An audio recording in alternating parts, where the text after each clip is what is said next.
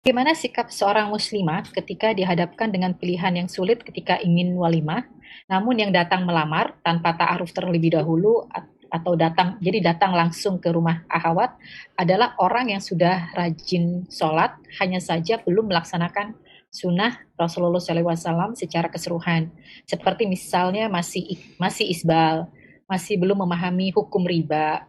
Apakah muslimah tersebut menolak atau bagaimana sikap terbaik Ustadz? Ini menjawab juga beberapa pertanyaan yang lain karena se kan kalau listnya itu rata-rata mereka inginnya lengkap gitu ya Ustadz, sempurna gitu. Jadi Mm. mana batasan yang bisa kita terima gitu. Kalau kira-kira insya Allah masih bisa jalan atau cari yang lain lagi gitu. Siap, siap. Barakallahu fiik. Ya jemaah, kalau bicara batas minimal, tadi kita udah sampaikan bicara agama minimal dia itu melaksanakan yang wajib, meninggalkan yang haram. Ini batasan minimal. Tapi kalau memang ternyata dia sholat 5 waktu, alhamdulillah Ustaz, dia orang yang sebenarnya taat sama agama. Hanya saja dia belum memahami. Tadi kan dikatakan belum memahami. Memang terus terang masalah riba ini kadang-kala orang itu nggak paham. Ilmunya nggak dapat. Sebagian malah memiliki pemahaman riba itu, umpamanya kalau bunganya berlipat-lipat, tapi kalau bunganya kecil nggak apa-apa gitu. Itu kan ada pemahaman yang salah. Tapi yang penting dia itu orang yang mau belajar dan orang yang taat gitu. Tapi kalau ternyata dia orang yang bermudah-mudahan dalam beragama, kan ada orang yang memang mencari pendapat yang paling mudah, ya, memilih pendapat yang paling ringan, yang paling menyenangkan hatinya, berbahaya kalau ketika menikah dengan dia. Itu bicara agama. Jadi dia melaksanakan yang wajib, meninggalkan yang haram. Ini secara mutlak.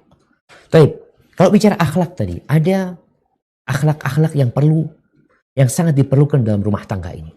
Al-Imam Ibnul Qayyim rahimahullah ta'ala menyebutkan ada 4 pokok akhlak mulia.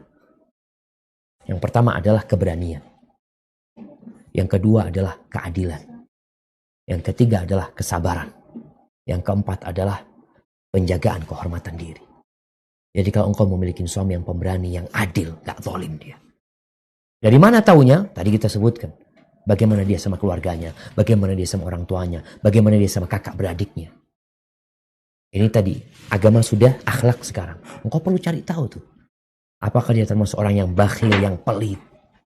Kalau sama pacar biasanya royal, tapi sama keluarga. Karena engkau nanti akan masuk dalam keluarga dia. Kemudian ada 4 akhlak buruk yang perlu dipertimbangkan. Yang pertama kebodohan. Yang kedua kezaliman. Yang ketiga syahwat. Ambisinya duniawi. Yang ketiga, yang keempat adalah amarah. Jadi suka marah itu termasuk akhlak yang buruk. Jadi tinggal dilihat. Kalau tadi engkau katakan memang dia belum mengenal sunnah. Tapi alhamdulillah yang wajib dia jaga Ustaz. Alhamdulillah yang haram dia tinggalkan. Cuma memang ada perkara-perkara yang dia belum paham ya. Dan kalau ngelihat dari orangnya itu tadi dari akhlaknya. Orangnya kok gampang menerima nasihat. Cinta sama kebaikan. Orangnya penyabar. Itu akhirnya ya kita nggak bisa. Kalau ingin dapat yang sempurna, inginnya kan sempurna. Tapi kadang-kala ya udahlah. Paling nggak ini mendingan momennya. Kalau nilai itu anggap nilainya 80 ya. Ini kan 90 ke atas. Tapi kadang-kadang 80. Tapi alhamdulillah Ustaz, insya Allah dia mau belajar. Makanya kita lihat ada rumah tangga itu yang dulu suami istri ini jauh dari sunnah. Tapi kemudian salah satu kenal sunnah, dapat hidayah. Salah satunya belum. Dengan berjalannya waktu dua-dua bisa jalan. Tapi ada yang akhirnya berakhir dengan perceraian. Yang satu nggak bisa dikasih tahu. Nggak mau. Hada wallahu a'lam bissawab. Nah.